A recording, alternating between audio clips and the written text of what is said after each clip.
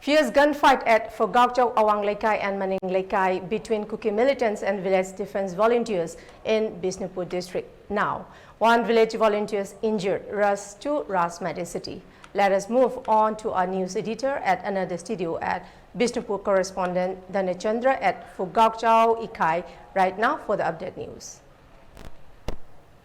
Thank you, Haripriya. How's koi Phougakchao Ikai gi tuan from Singda Akanamong da koi Kuki Militants Singa Village Defense Volunteer Force amadi koi Security Force da yiba Singa Akanamong da kotongnari stage da koi maru in a mu amasu sokni habagi paulai how's mafam du da koi correspondent Dhanachandra lai Dhanachandra pung kya dagi nongmai si kamna ba hongna khibano how's far da so far mu kya aso panjaw re how's nongmai kamna ri bra kari paulai thabiyo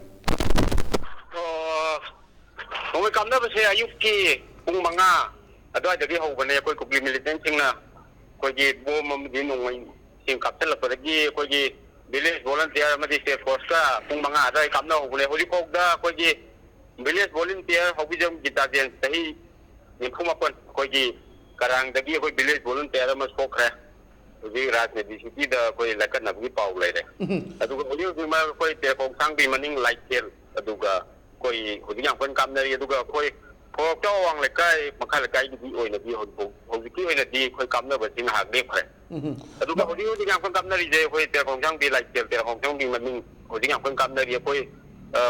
lai ba koi di kong bi koi yum sing ja koi maru hen ba mayam pai khor te koi adi sing na de Oi, Dhanachandra nangi background dan so koi kanna nongmai kamna bagi makontari how's se ahen ba force somjal laga Kuki Militants singa kothona bagi mong lai bra aduga mafam adu de lai ba Assam Rifles aduga paramilitary force ka musing yaw bra kramar from de lai Dhanachandra koi mo ke di koi nu jabada koi mana na koi de koi CRPF lai CRPF se koi gi blame tha gum bato bodi hena koi direct koi na kamna bu khonna bodi yaw bu jadi aduga koi state force ahen ba koi gi reinforcement la ko di ko tengna de ko gari mari nga thaujan gre ho ko momang da aduga ko di yang panna kamnari ho di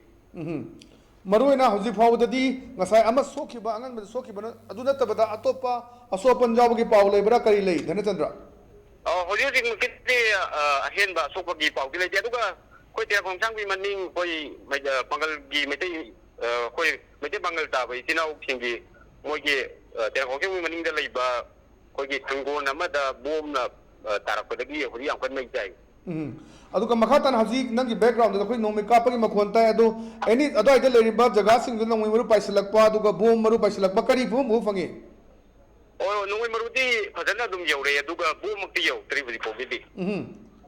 Okay, Dhanachandra yam kanna mikum naum sing lebiyu aduga makhata ba pau news update akoi left na lokhat chage howji akoi wari sanajre bisu koi Dhanachandra howji Phougakchao aduga tera khongsang bi marakta akan mamong da Kuki Militants singa aduga village defense volunteer force aduga koi security force kambu state ki security force ga akan mamong da koi nomai kamnari aduga howji si pangan da jaga du da koi bom paisila aga pokhai raga howji mai cha aga leibagi sinsu leiri haiba duni aduna left na koi ELITETV yengbiu koi breaking news mayam da the pina hona jage makhata pau he le medagi lobisi